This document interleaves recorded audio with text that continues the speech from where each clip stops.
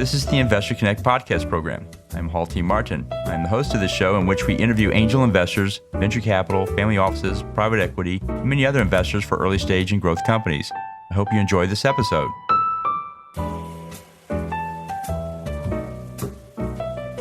Investor Connect is a 501c3 nonprofit dedicated to the education of investors and startups for fundraising. Please consider donating $100 to the program to help others in their investor and entrepreneur journey. You can find the donate button on the investorconnect.org website.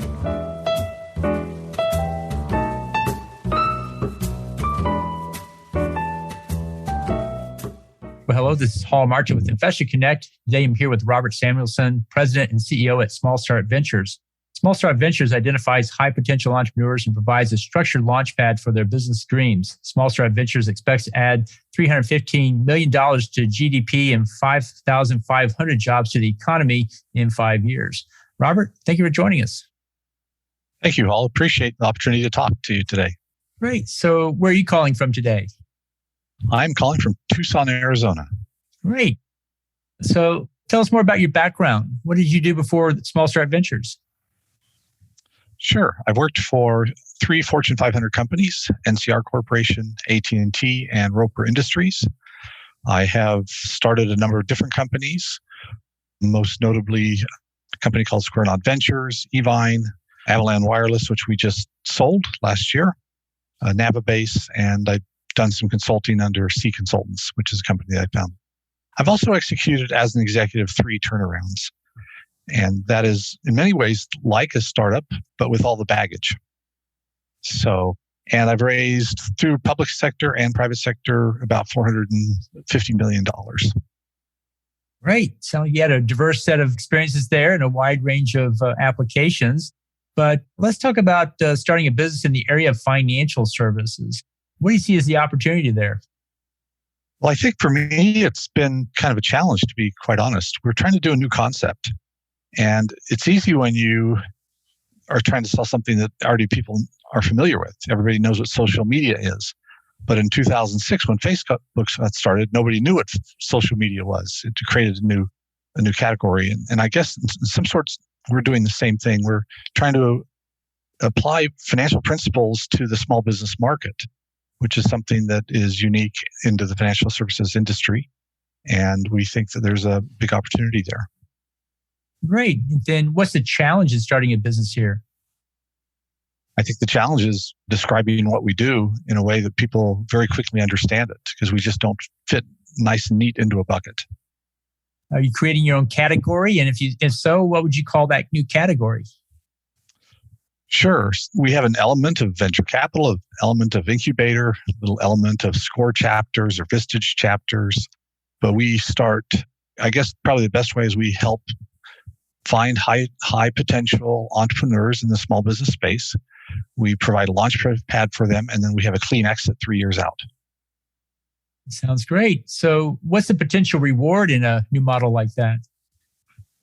It's really interesting. When you look at our business model as a commercial enterprise, we have 3 revenue streams. One is we own the small business for that 3-year period, and we get the operating profits, which will be small. The second is we do provide a back office support, which we charge a flat fee for, and we get a revenue stream from that comes into the company. The third revenue stream is the interesting one. And at the end of 3 years, we sell the business that we co-started with this potential entrepreneur, and then we get the capital gain at the end of 3 years. That's when the financial model starts to really look interesting, because we have a capital event at the end of 3 years. Well, that sounds great. So how much are companies selling for in the space today, and how does it vary from one type of business to the other? Well, we are a portfolio company, but a portfolio of small businesses. So I don't know what the multiples are in the industry, but I think with the growth rate that we have, I think there's a very unique potential for that. And like I said, we're sort of starting a new category in a sense. So we would look for what maybe other portfolio companies sell for. Mm-hmm. That sounds good. And so what is the difference between you and your competitors? How would you describe the difference or your competitive advantage, so to speak? Sure. If you look at the venture capital world, they're looking for the home runs. They're looking for a big exit, a 10x multiple or more. And we know the results of that in a portfolio of venture capital, there's one winner, a couple of that sort of muddle by, and then there's a lot that simply just don't succeed at all.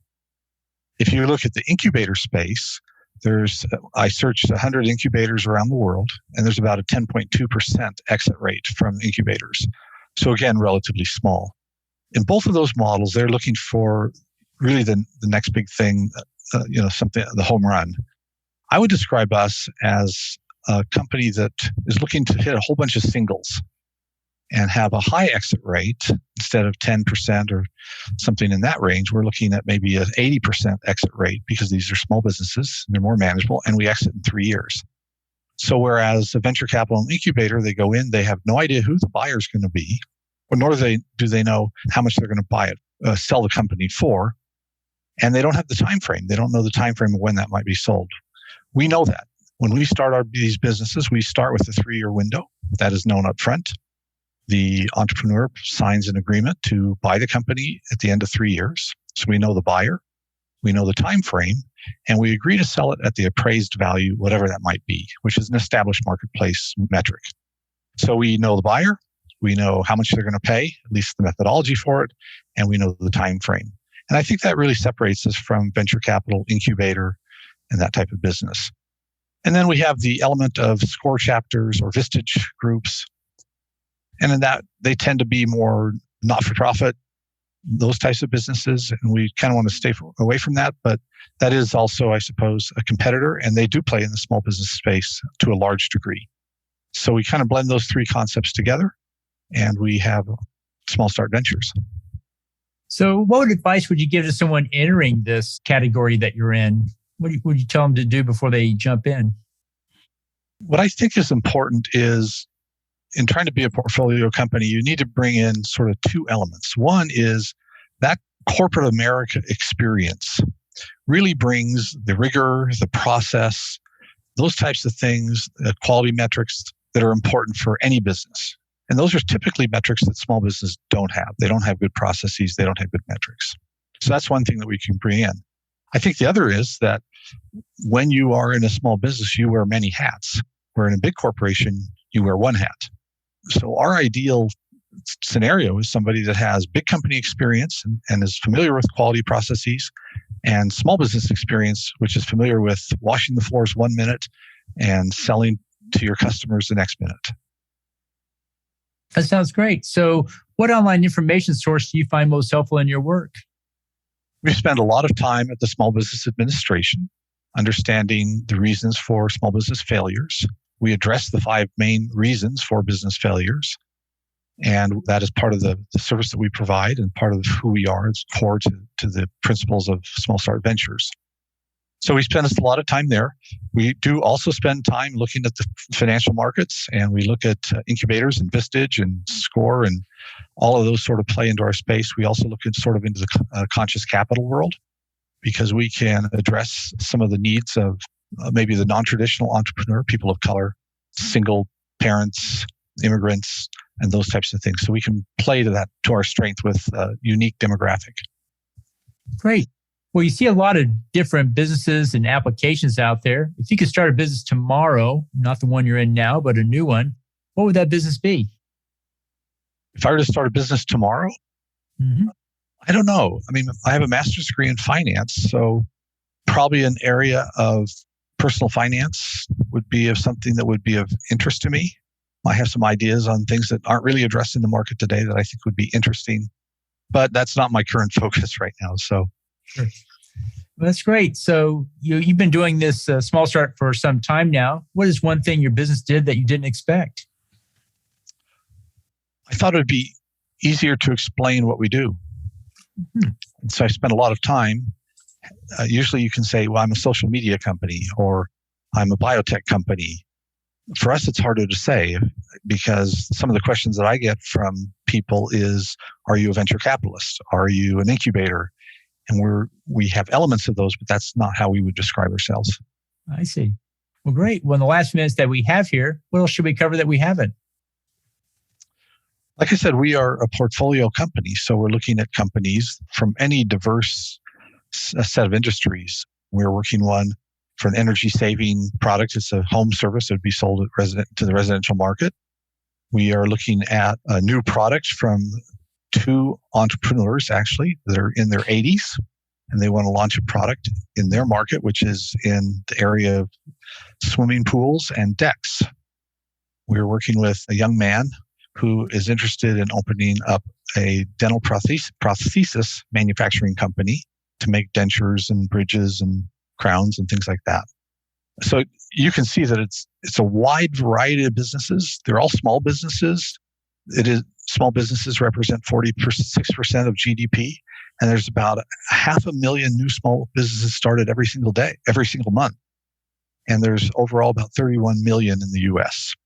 And so it's a very dynamic market. It's a huge market because it's almost half of our economy. And I think we have a unique offering to tap into that huge market. Great. So how best for listeners to get back in touch with you? You can definitely contact me by email or by phone. My email address, I think, is listed on the notes of the podcast, as is my telephone number. And you're welcome to call or try to reach me anytime that is convenient for you. Great. We'll include that in the contact details. I want to thank you for joining us today and hope to have you back for a follow-up soon. Great. Thank you very much, Paul. I really appreciate working with 10 Capital. And if anybody has questions, they're welcome to give me a call, and I'm happy to talk to them. Great. Sounds good, and have a good day. Thank you. Investor Connect helps investors interested in startup funding. In this podcast series, experienced investors share their experience and advice. You can learn more at investorconnect.org. Paul T. Martin is the director of Investor Connect, which is a 501c3 nonprofit dedicated to the education of investors for early-stage funding.